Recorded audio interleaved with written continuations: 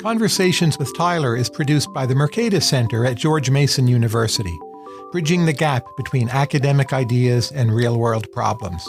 Learn more at mercatus.org. And for more conversations, including videos, transcripts, and upcoming dates, visit conversationswithtyler.com.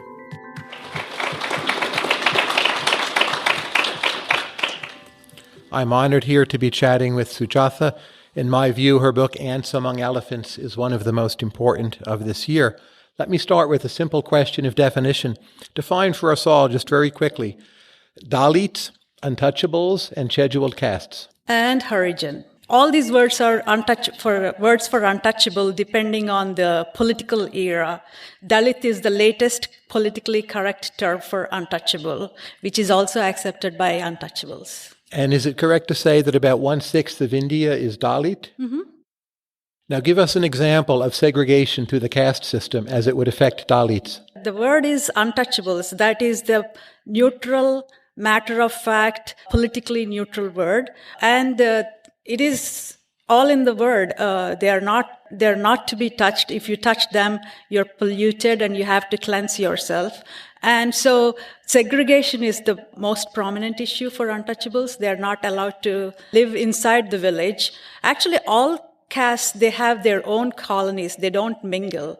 But all of these colonies are inside the village, whereas untouchables are outside of the village, and they come into the village only to work. So in terms of marrying or what job you might have or what job you might be allowed to have, those would all be cases where there's significant segregation in Indian society today. Yeah. Well, untouchables are, the main features are segregation and the inheritance of caste. Caste is by birth. You cannot acquire caste. You're untouchable if you're born to untouchable family. And this is maintained by endogamy, that is marriage within one's own caste. Marriage outside of the caste is very, very stigmatized and not allowed. It's not allowed to the extent that parents themselves can kill the girl for marrying outside of the village, the caste. Now, if I think back in time a bit, people in the United States, they're very familiar with the apartheid system of South Africa. And there was here a very strong protest movement against that. There were boycotts. People talked about it quite frequently. With respect to the caste system in India, you have many millions of people existing in a segregated existence, segregated setup. And hardly anyone here talks about it at all. Hardly anyone complains. Why is there this difference? And why do we, as outsiders, have such an apparently indifferent attitude toward Indian caste? I think, first of all, America is a big country with the most influential country in the world, militarily and industrially the most advanced country. So whatever happens here, it's, telecast and broadcast everywhere in the world. So we come to know what happens in America, not so much the other way around. What happens in India doesn't get necessarily around. And the second thing is, while practicing caste, Indian castes and rulers are very secretive, very, very secretive about caste. They'd like to tell people that there is no such thing as caste. And one of the things that reactions to my book is that why is she washing the dirty linen in the public? Why is she telling everybody there is caste system? What would the Dalit critique of Gandhi be? So often Westerners think of Gandhi, who was someone almost saintly, yet a lot of the Dalits, Dr. Ambedkar would be the most obvious example, had a very strong debate with Gandhi. Over what? Well, Ambedkar was the leader of the untouchables. He devoted his life for the untouchables, and he saw the people, and he himself saw him as the Moses of the untouchables, that he was going to lead them out of, emancipate them. And Gandhi wanted to encroach on this leadership. He wanted to claim leadership of all of the people in India, including untouchables and Muslims. So there is a tussle between Ambedkar and Gandhi, who is the real representative of untouchables. In your view, to what extent are the sexual harassment and rape problems in India in some way actually problems of caste? Well, caste, as I said, the endogamy, marrying within one's caste, and not allowed to marry outside the caste is really one of the features that you can say is the crux of caste system. And so because of this, there is a lot of restrictions on women's freedom because they don't want her to marry someone outside of the caste. So although there is women's suppression is everywhere in the world, even in America, as you know, but the particular intensity of women's suppression stems out of caste restriction from, they are not allowed to marry from outside. So because of how much value you put on the girl's chastity, that becomes a very valuable thing for them. Like women's chastity is a valuable thing for their community and for the family. So if you want to insult someone and if you want to hurt someone, the cruelest way is to rape somebody. So it's the other side of the coin, that you put so much stress on the chastity of the woman, and violating it is the worst hurt you can inflict on somebody. And so it all comes from caste. If you want to insult somebody, like for example, in partition of India into Pakistan, the women's rape of women is like a major feature. Mm-hmm. Now, I come at this very much as an outsider, but I tend to think of Indian caste as intersecting with at least a few different things. Let me mention them, and maybe you can give us a framework for thinking about it. Caste and vegetarianism, so Dalits are less likely to be vegetarian. Caste and one's philosophy of interaction with dead bodies, and also caste and notions of defecation, open defecation, and cleaning up of open defecation. What's your take on how all of that intersects with caste in the segregated Indian system? Well, actually, people might mistakenly think not all Indians are vegetarians. It's only the Brahmins who are not allowed to eat meat or fish. Even that is not true of all the places in India. Like for Bihar, they eat beef, Brahmins, and in Calcutta, they eat fish. In our areas, they don't eat meat or eggs or anything like that. And beef is a taboo for all of Hindus except Dalits. Dalits survived on carcass, the dead animals. That's what else did you want to say? Handling of dead bodies and handling of defecation and sanitary issues. How does that intersect with caste and jobs of different caste members? Caste is also about occupation. It's an imposed occupation. Each caste has its own occupation, and the occupations that are given or forced on untouchables are what Hindu society deems unclean and menial. So all of these things, handling of the dead bodies and tannery, removing dead animals and cleaning latrines, of course, nobody else wants to do so. It's an occupations imposed on untouchables. So you're a critic of this form of segregation, but let's say you had a very intelligent Indian here who is in some way a defender or apologist for the system or a critic of you. What is it they would say in response to you? Well, first of all, somewhat timid people will say there is no such thing as caste. And some people will say caste is by your merit. It's not discriminatory based on your caste. Whoever is intelligent can become Brahmins. That is like pure nonsense because caste is by birth.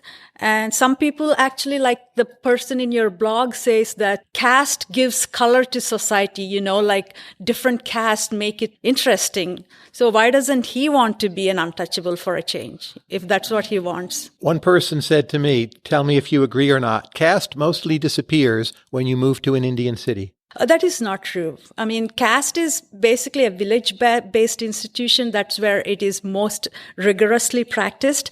But even when you come to towns like my family did, we lived in a segregated area and we were not allowed to rent houses in other areas. At one time, my father's friend agreed to take us in, but when we went there with all our things, the wife said, no, you can't have them here.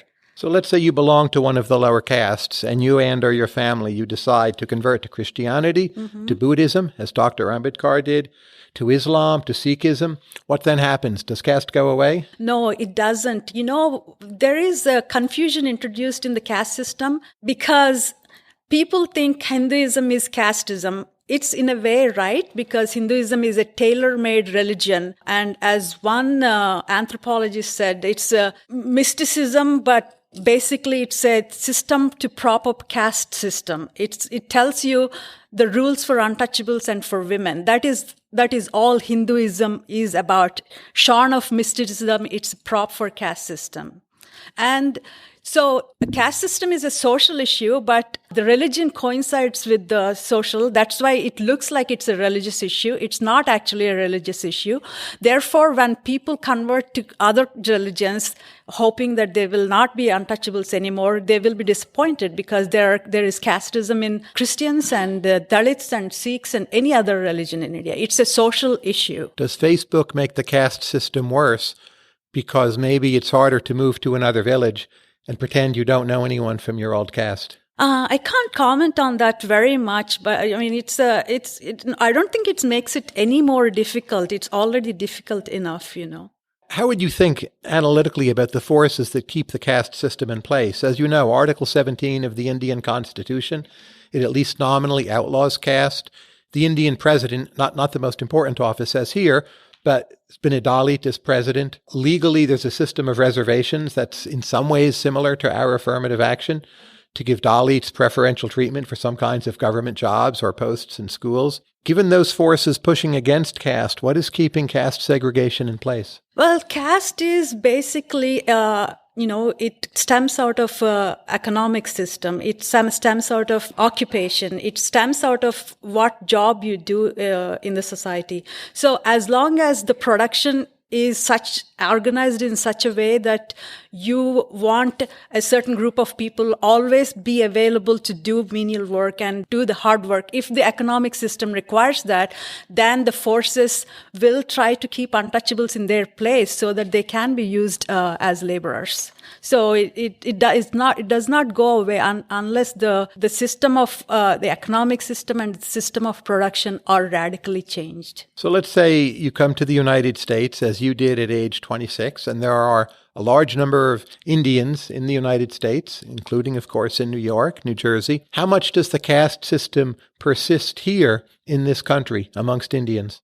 Very much. I had bad experiences when I first came here because I knew nobody else but Indians. And once I was able to make friends with Americans, I never went back to Indian networks. It's a very rabid system. So immigrant associations, ostensibly, they are there to celebrate Indian culture and festivals, but they're actually the caste groups. Some hide behind, culture, but some others openly say that this is Brahmin American Association. And if you want to join the Facebook page, you have to tell their shibboleths like, what's your gotra, what's your this, what's your horoscope, this, that. And we're not able to tell them because we don't know what, And those are indicators of caste. Yeah. So in your view, should caste-based discrimination amongst Indians be recognized as a form of discrimination in American law? With regard to race, what's going to happen if you recognize this as a legally objectionable thing? Nothing happens, and I don't think any of such thing can happen with caste. And these people, the Brahmins, are firmly entrenched in all high places in America. If you look at TV anchors, they're all Brahmins. If you look at people who work in New York Times, they're all Brahmins. If you look at people who are in Trump's administration, they're all upper caste. And they're never, ever going to allow this thing to be recognized as a discrimination. So here in America, we have this thing, people call it identity politics. Mm-hmm. And they mean many different things with that term. I would say it's more prominent in the Democratic Party than Republican, though the Republican Party has its own unnamed brand of white identity politics often. But when you see the ways in which people are informally grouped into different categories here, whether it be ethnicity or gender or sexual orientation, coming at this from Andhra Pradesh, as a Dalit, how do you perceive this institution of ours? Institution of? Our identity politics. Do you think, the Americans have done it right? Do you think the Americans are crazy? How do you feel about how we do identity politics? I'm against identity politics. Altogether? For sure, yeah. Yeah. I have seen bad things happen with identity politics, with untouchables as well. I mean, all they fight for is reservations. Reservations is based on your suffering of untouchables in the villages. So if you want reservations, then you are indirectly asking for discrimination to be continued on the basis of which you can gain a few seats in universities and political places. So the system of reservation in India, which is a form of affirmative action for lower castes, you think that's a bad idea? It's not. I mean, if I were there in the circumstances where that's being, implemented or written into constitution, I wouldn't have been fighting actively for reservations, because reservations is like putting a Band-Aid on a bullet wound. So I would not be fighting for that. What I would be fighting for is equal access in all spheres of life. But reservations are here, whether I fought for it or not. And attack on them is definitely a reactionary thing to do. And I would defend reservations from being attacked by upper caste people. But reservations have done nothing much at all for untouchables. And there are a lot of downsides for reservations. Now, I had some Indians write me emails. I found this somewhat unusual. And they asked, well, you need to find out about how she got a master's from a very good school, starting off as a Dalit from a village. Yeah. And they were very intent on knowing to what extent you had used reservations. You don't have to tell us. Feel free to tell us what I will you want. say this. But how should we even frame this question? Everybody is dying to know whether I got into university because of reservations. My answer to them is go ahead and die. Yeah. So because this is going to be out in the public, I'm not going to give them the satisfaction of knowing whether I got in because of reservations or not, but I can tell you in private how I got into engineering in big institutes. Now, I'd like to ask you some questions about your life. Yeah. But I would just stress, please, if you don't want to answer anything, feel free to just leave it aside and we'll move on. But in India, how and why were you arrested and at what age? I was 19 years old. I lived in a very poor neighborhood and it affected me a lot. And also, I must say that Christianity had an effect on us in our family. And your family is Christian? Yeah. We view Christianity as a religion of kindness and compassion. And so that is how we started. Then we moved into communism. And so I thought Christian brotherly love is the way to emancipation of all oppression in the world. But when I grew up and I saw in churches people being discriminated, rich people and poor people in church, I thought, I don't know what Jesus is going to do in the other world, but nothing is happening now. So to me, what my uncle was doing seemed appealing at that time. It was very highly romantic movement, like young people from high caste and very wealthy young people who had like great futures, sacrificed that, and they were fed into the maw of state repression.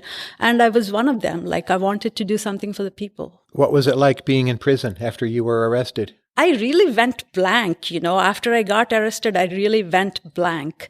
And things were happening to me, things were being done to me, but I really, really went blank. And I accepted torture also in the same manner. And I was in the jail and for 3 months, and then I was released. And my fervor has had certainly calmed down in the sense that, like, I don't want to be romantic by getting arrested and killed or something like that. But I still held the views of equality and justice, social justice. And this experience made you more of a Christian, less of a Christian? No, I ditched Christianity when I was 12 years old. I never went back to it. And your views evolved into? Well, I consider still myself a Marxist. Do you think of yourself as a Marxist in the sense of being a radical egalitarian, or a Marxist in the sense of wanting the government to own all of the means of production? No, it's a worldview. I would say Marxism is a worldview, and Marxism looks at the world in terms of class. Like feminists look at the world as men and women, and the religious people look at the world as Christians and non-Christians. And Marxists look at people as workers and capitalists. And that is the worldview I hold. And I look at problems arising out of class difference, and I look at solutions that could arise out of, class action. Now, at age 26, you left India, you come to the United States. How is it that happened? Obviously, there may have been things you wanted to leave, but we all know migration is often shaped by social networks. There were, especially at that time, a relatively small number of Dalits here in the United States, so you didn't have that network so much to connect to.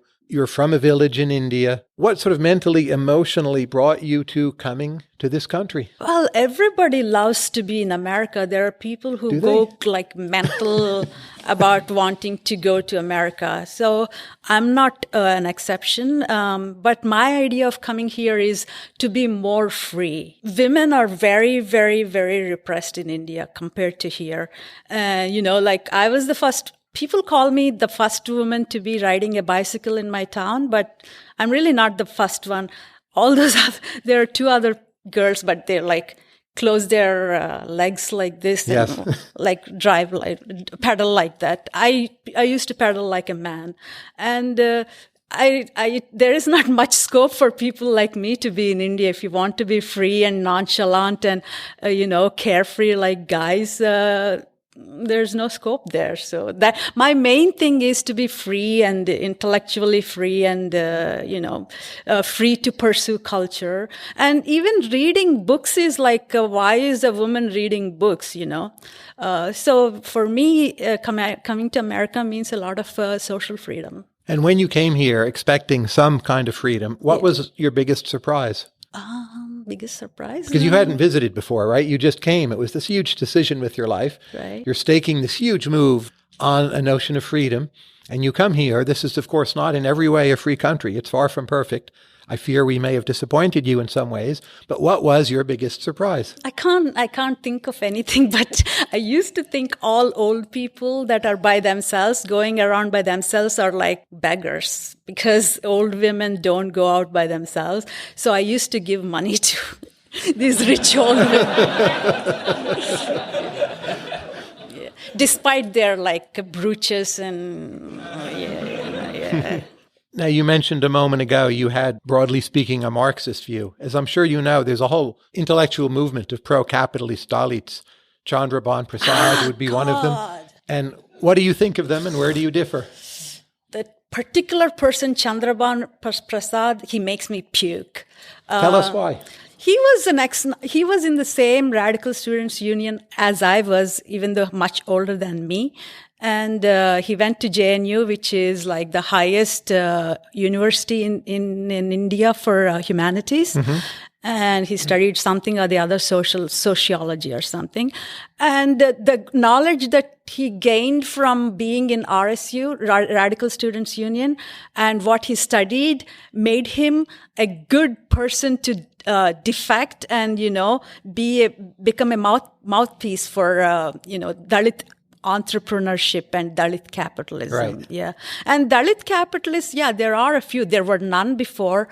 There are a few. I think that it's a kind of like they were given some kind of like, I don't know, perk to become capitalists so that people won't say, oh, how come you're so casteist, you don't have any Dalit capitalists. But Dalit capitalists are very, very much lower compared to other capitalists from other castes. But if you think of yourself as a Marxist and you came to one of the most capitalist societies for freedom, is that in some way a contradiction in your worldview, or you think it all makes sense? No, it's not. As I said, Marxism means class versus class, not a nation versus nation. In India, there are poor people and rich people, and in America, there are poor people and rich people.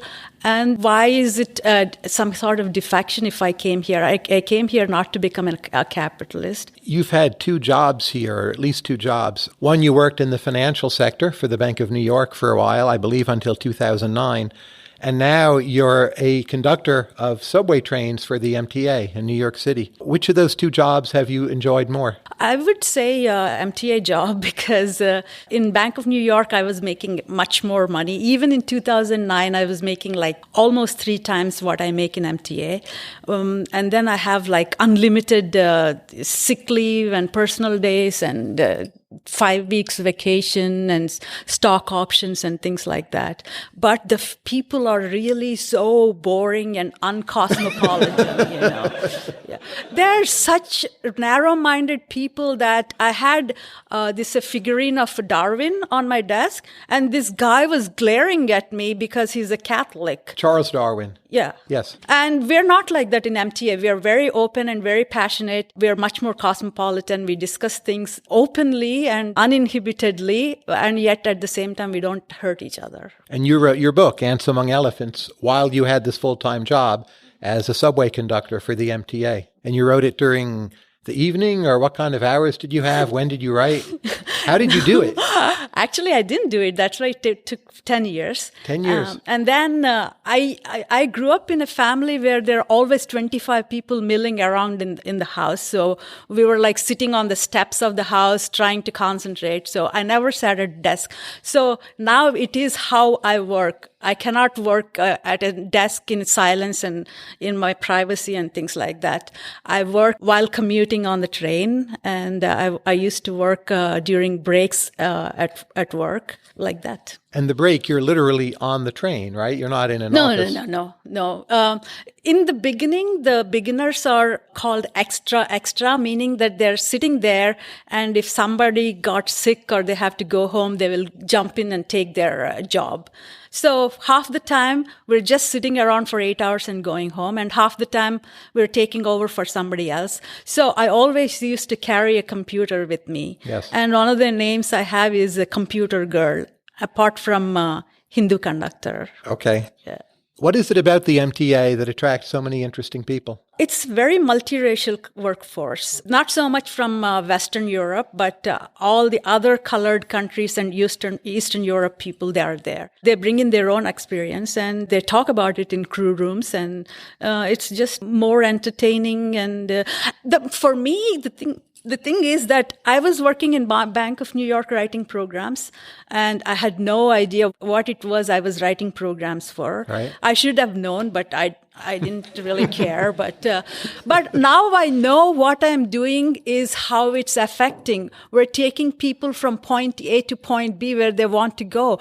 I know for sure that what I'm doing is very useful. Yes. And that makes me feel self-confident. And what are the personal qualities you feel you have that make you a good MTA conductor?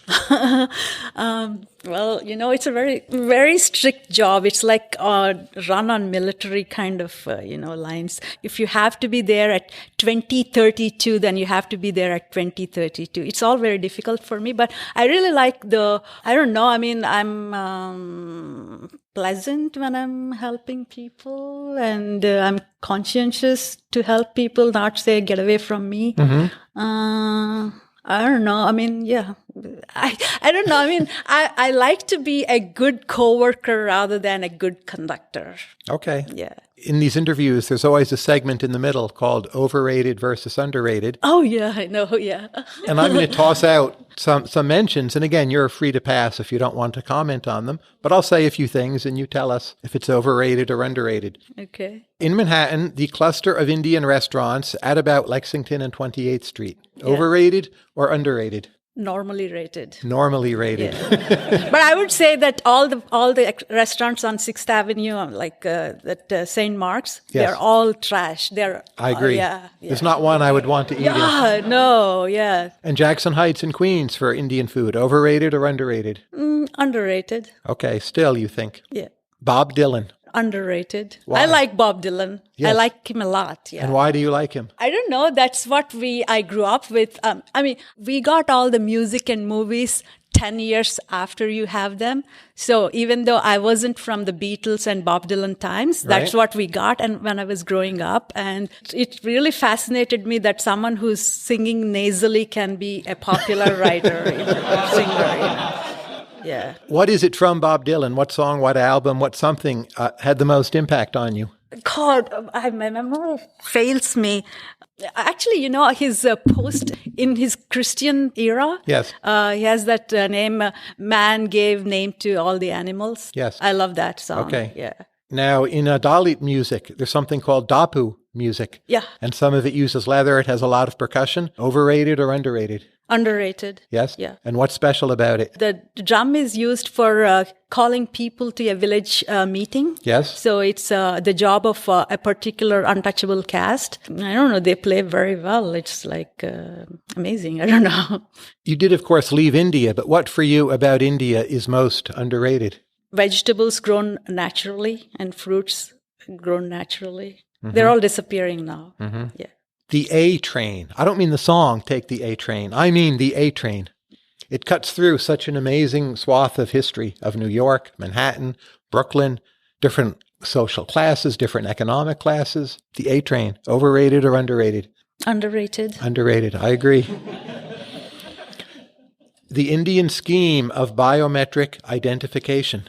That is a totally anti-people measure. Tell us why. Because, it's like if somebody says that, this chair I'm sitting in is uncomfortable, it's like, oh, yeah, I'll solve the problem and kick this chair out from under the person who's sitting and complaining.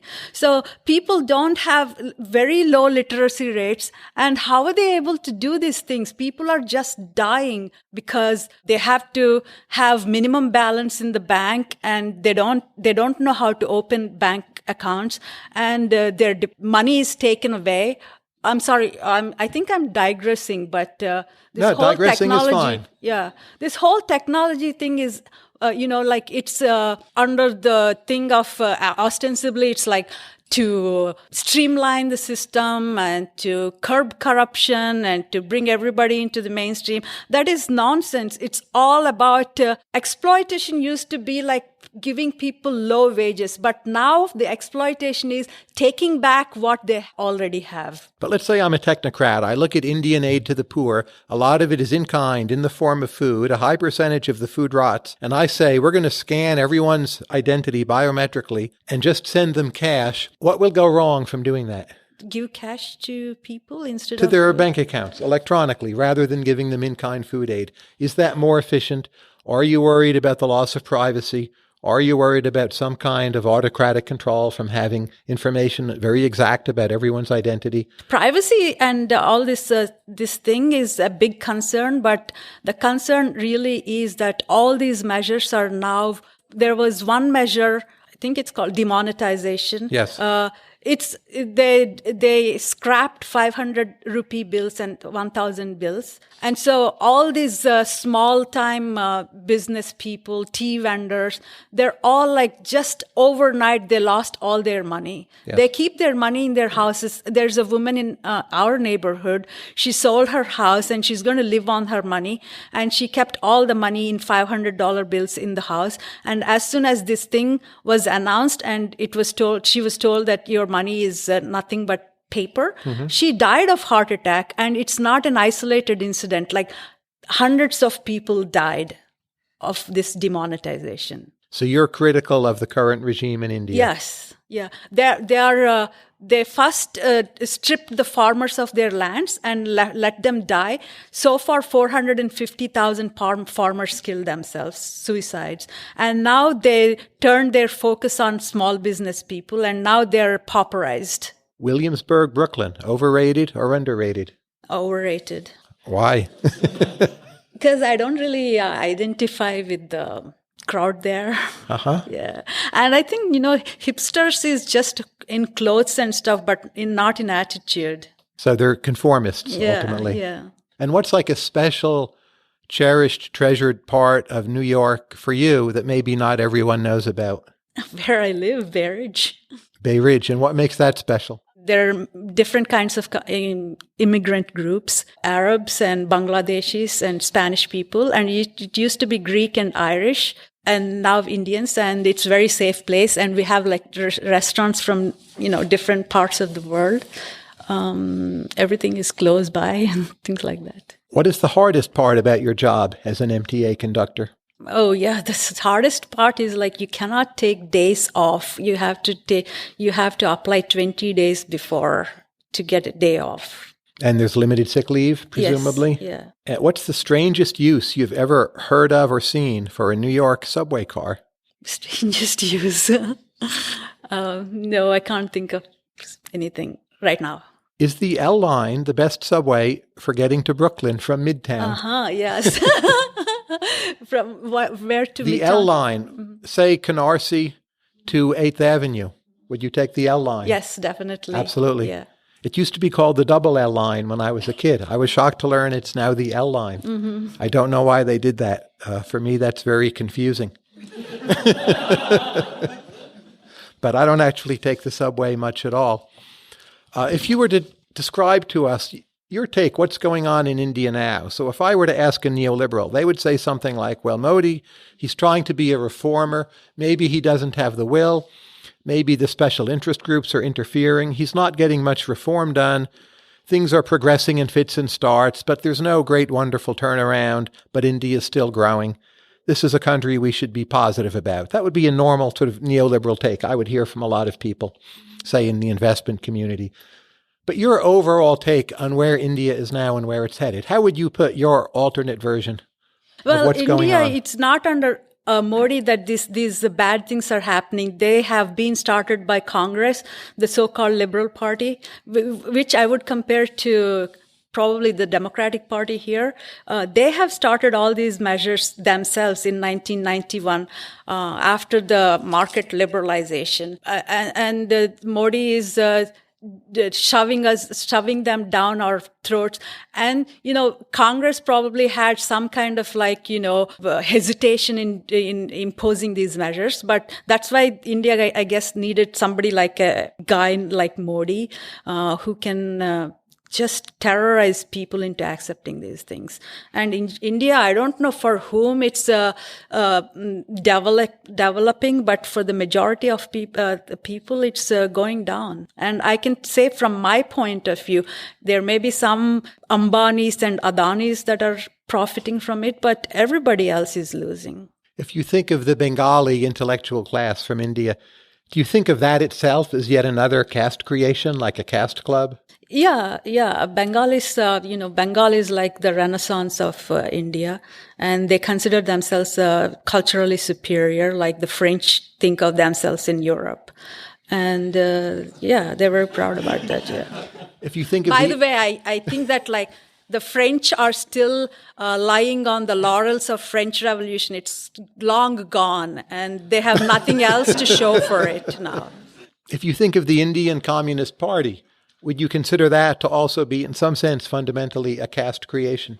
Oh, yeah. I mean, it's not in the program of Communist Party to be casteist, but all these leaders, they came from Gandhi's party, and all they wanted is for the nationalism to be militant. Like Gandhi says, don't be violent, and yet his idea is that we should get independence. Whereas communists are like, we want independence, but we'll be breaking chairs and benches for getting it. So that's the only difference. There's no programmatic difference. These are the people who came from nationalist Indian Congress and joined the communists.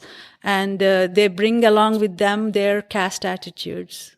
And why do you think the caste system has been and remains so strong in India compared to other countries? What accounts for that? I mean, what other countries have untouchability? I know that Japan and Yemen have it. Groups that are a much smaller percentage of the population. So if Dalits are about a sixth of India, even though there's no census, it's going to be a very large number of people. As a country, it would be one of the larger countries in the world.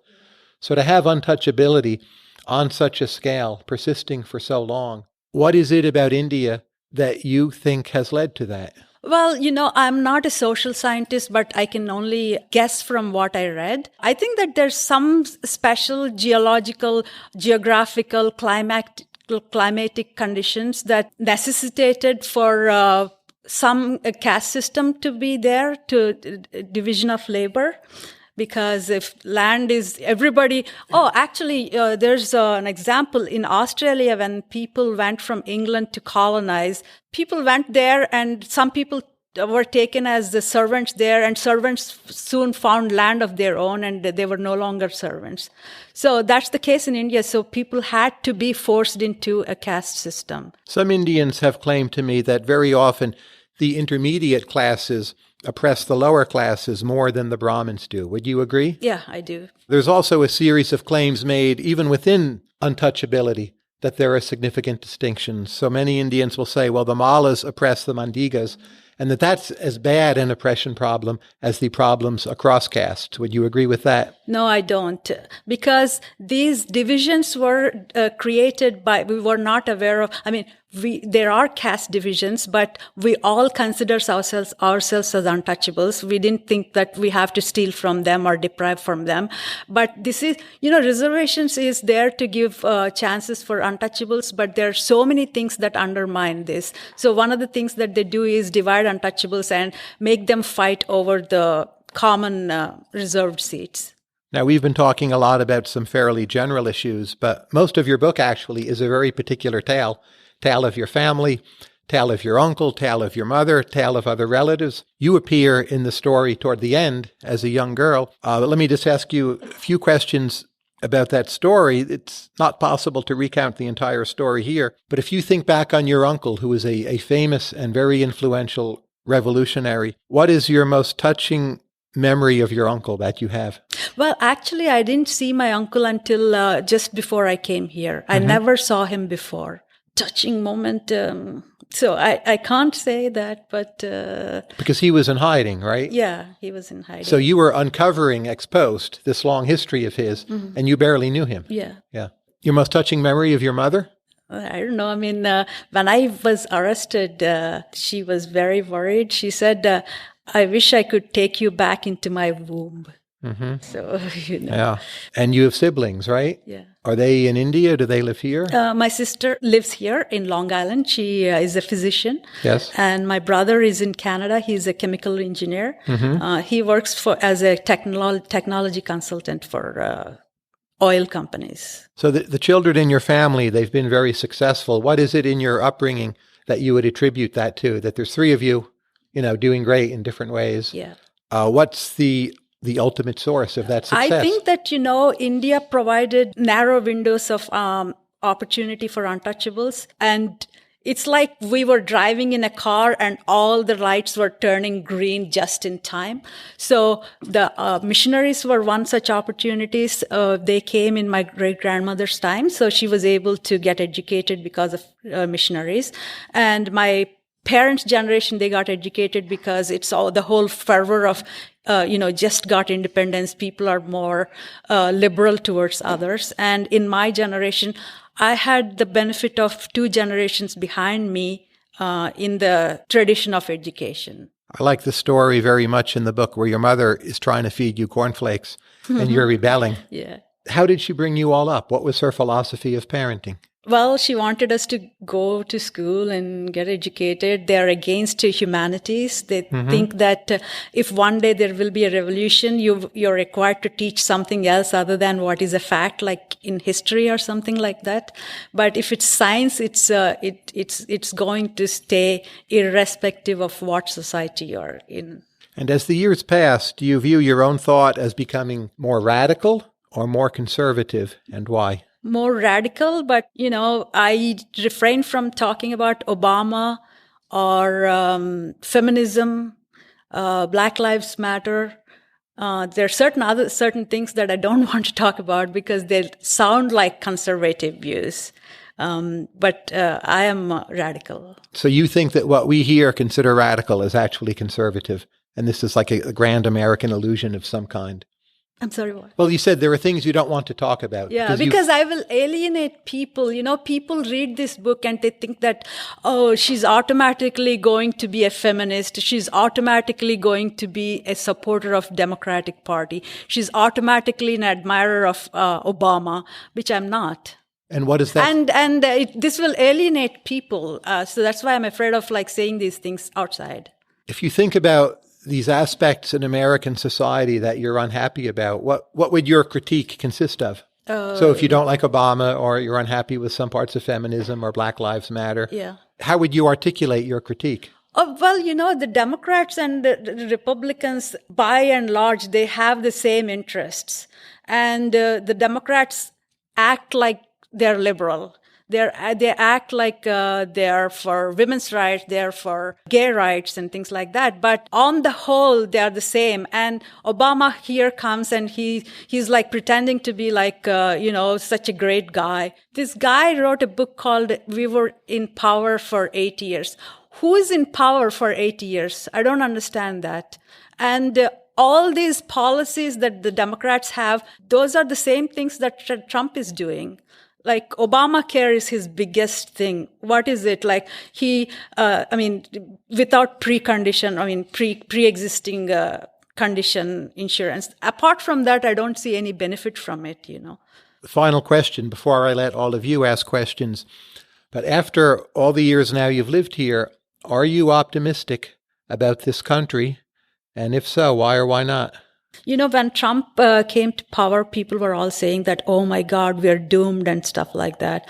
I thought maybe it's a chance for people to really see what's going on here and no longer be silent about things. So I was optimistic about that in that sense. But I think that, things can happen to make this country better.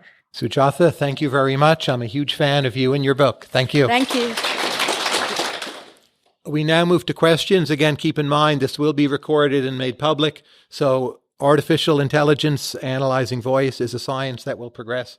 In that sense, you're on the record, but feel free to ask whatever you want. Hands. Yes.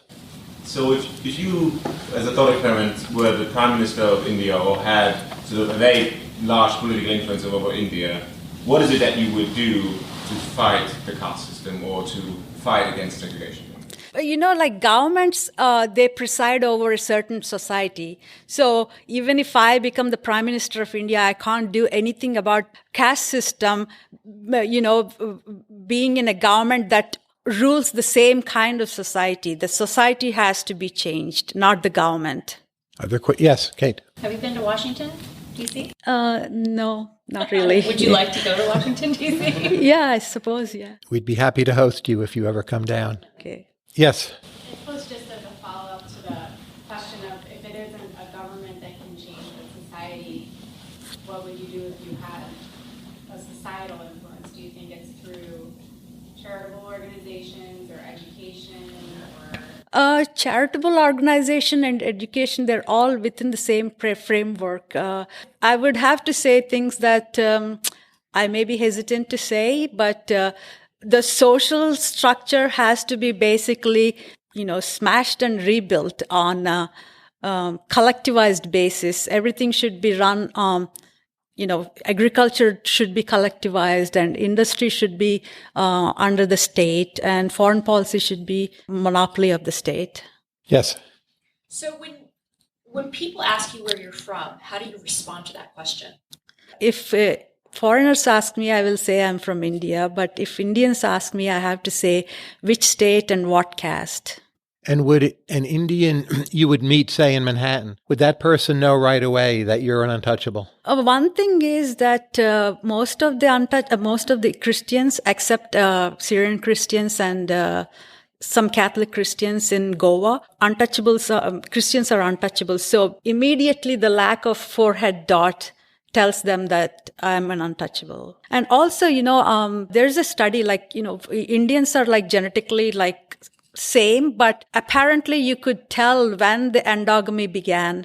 And so it's 1500 years ago. People are different. There is some extra genetic thing that we inherit from castes. And I think that people's body language can easily tell which caste you are.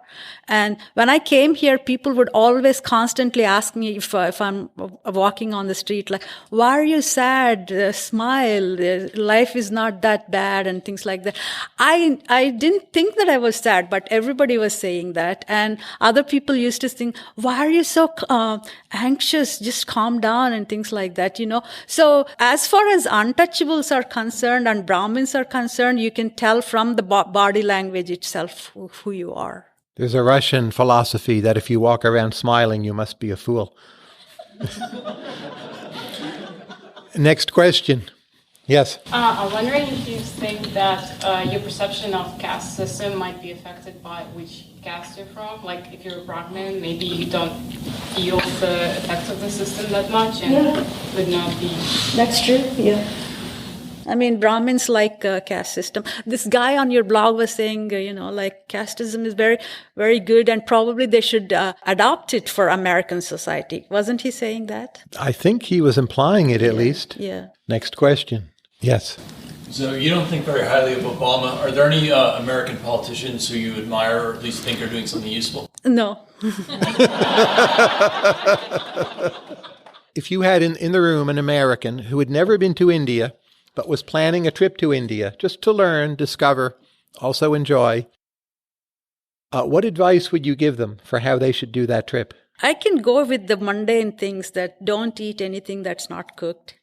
And But no, intellectual don't drink advice. individual- Intellectual advice for understanding it, or what they should try to experience, or where they should go, or what they should see. I mean, it depends on the person's interest, right? Sure. So people who really want to see what 80% of India is like, they should go to the villages. Okay. And if people want to see the beauty of India, nature and all that kind of stuff, they should go to Kerala. If people want to see the splendor of the Rajas, they should go to Jaipur. And if they want to see the squalor and all that stuff, they should go to Calcutta. And Banaras is the place for, it's like the Mecca of India, because it's on the banks of Ganges.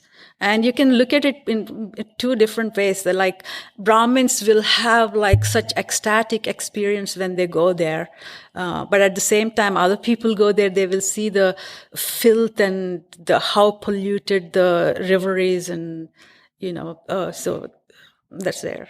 If you go there. And Goa is a place for beaches and fun and drugs and things like that. Next question. Yes. What country do you think is doing things to your most ideal state right now? I'm not, a supporter of the regime in China or in Cuba, but from all developmental indexes, they're doing well, right? There is more literacy in China and more literacy in Cuba, and less, infant mortality is better, and even women's equality is better. It's not, perfect, but they're better in these two countries. I don't know much about North Korea, but yeah. Yes. You mentioned that you're not a feminist. What the difference is with...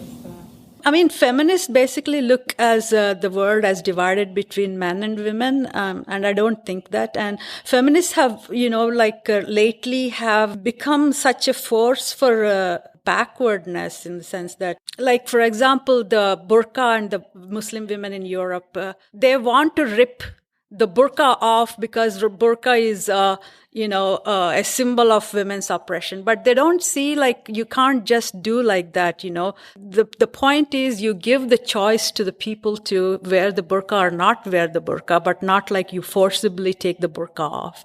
And that's one of the feminist things I don't like. And then this Nordic model that they have in Sweden, and they're appropriating it in Germany, is that? And when you say Nordic model, what do you mean? The prostitution, they're now arresting the people who seek prostitutes. The male customers, yes. Yeah. That is, I think, is draconian. Not all prostitutes are forced into it. What do men do if they don't have any partner? And it's livelihood for many women. So I think that in the guise of feminism, people are really putting restrictions on individual liberty. Mm-hmm. Yes, in the back. What can America learn from India in terms of how some of the social problems India has dealt with that you mentioned, and the problems that we're dealing with now in America? Not much, I think that, India is still, is one of the countries where communism is still a popular thing, not something that people will shirk from. But Indian communism is not that great. So from that point of view, there's nothing to learn from. But Modi and Trump are seen as, birds of the same feather. If they want to learn how to do bad things, they can learn from each other. Yes. What is your opinion of Mother Teresa?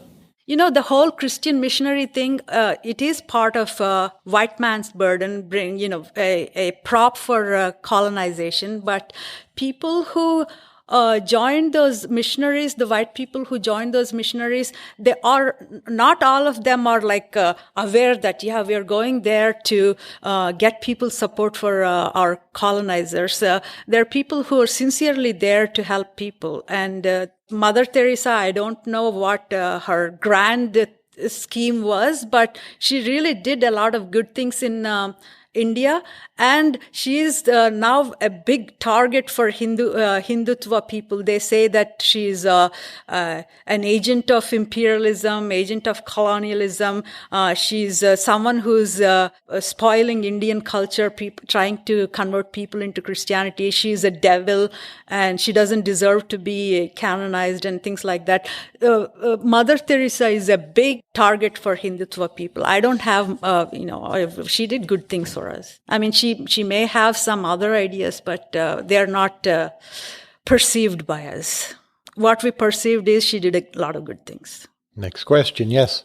So you mentioned that one of the things that led you and your family to sort of successfully move out of where your caste was trying to place you was education.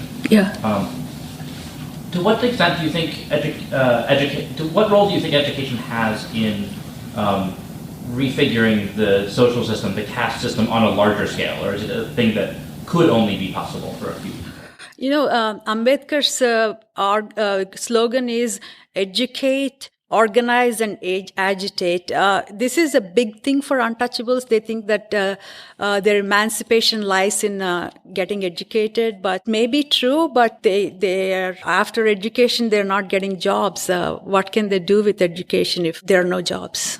Question over here. Do you see caste in the Indian film industry at all? Like, do you see any films being made that talk about these issues? In the beginning, just after independence, when we were all filled with the fervor of, Indians, all equal brothers, sisters, at that time, there were a lot of movies talking about caste system where the hero, who is a Brahmin, marries an untouchable woman and things like that. But the politics and society has changed now. They no longer talk about social issues anymore.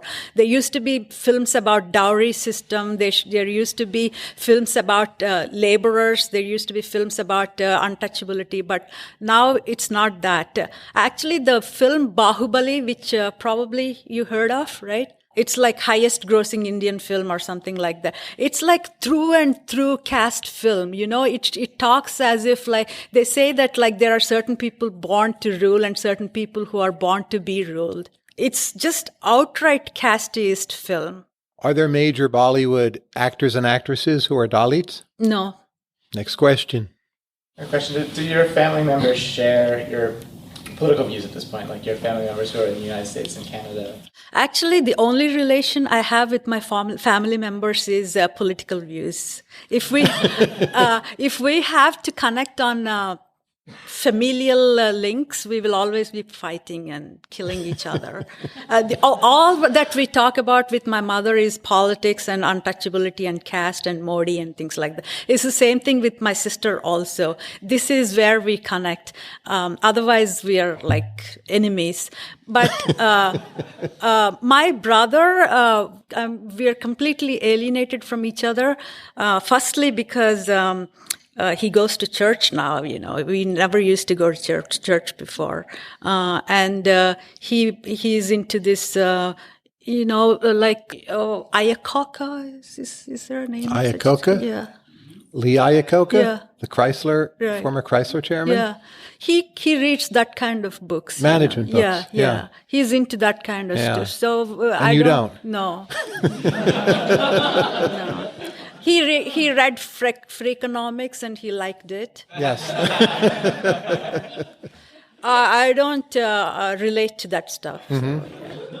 What would you say is the book in fiction that's influenced you most? I liked certain books like Independent People by Halldór Laxness. Yes. He's an Icelandic writer. Yes. I liked that book a lot. It's a really huge book.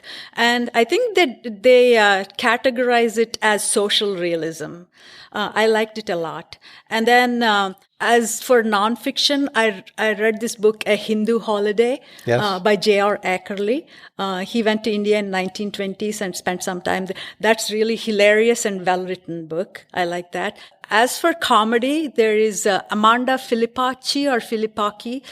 She wrote a book called Love Creeps. It's really, really hilarious book where the protagonist, a woman, she has everything that she wants, and now she desires desiring because there's nothing else to desire for her. She's like depressed now. She goes around looking for things that she can desire and not get. That was a funny book. I liked it.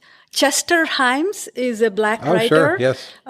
He wrote Black Detectives, and that stuff is funny. Actually, Sure. I'm reading one right now, a blind man with a pistol. And then I don't know, a lot of books I like. Ferrante, I Elena couldn't Ferrante, finish yeah. that book. Yeah. Somebody else is like, her book is supposed to be fictional realism. I don't really know what the magical realism, social realism, fictional realism is. If everything has to be categorized in this sense, I'll call my book real realism.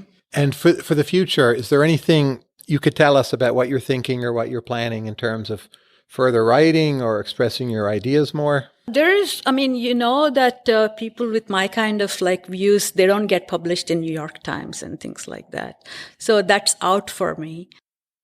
I don't like writing fiction. I like writing nonfiction, but only the kind of issues that I have, which involves enthusiastic storytellers like my family. Yes. And centered around an issue. For example, the farmer's suicide in India. If we get some storytellers like that who are involved with that issue, then I'd like to write. But otherwise, I don't see any point to write. Do you think there'll ever be a time where you write about life in the United States? Maybe, yeah, possible. Time for one more question. Yes. Have you traveled much in other countries, and do you have thoughts about life there? I went to Mexico to a place called Puerto Vallarta.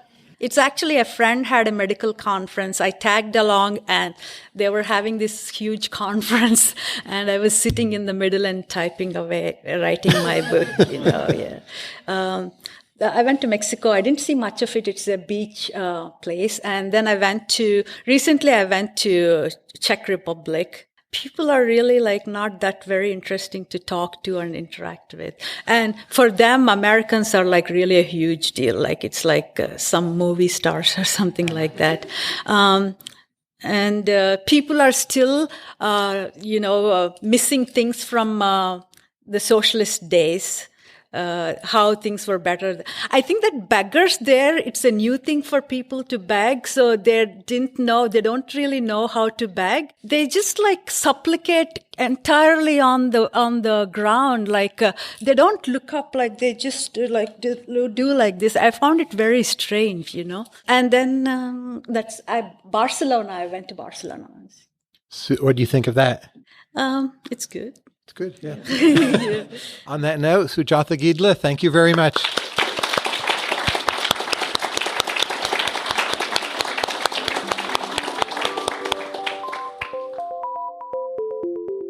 Thanks for listening to Conversations with Tyler.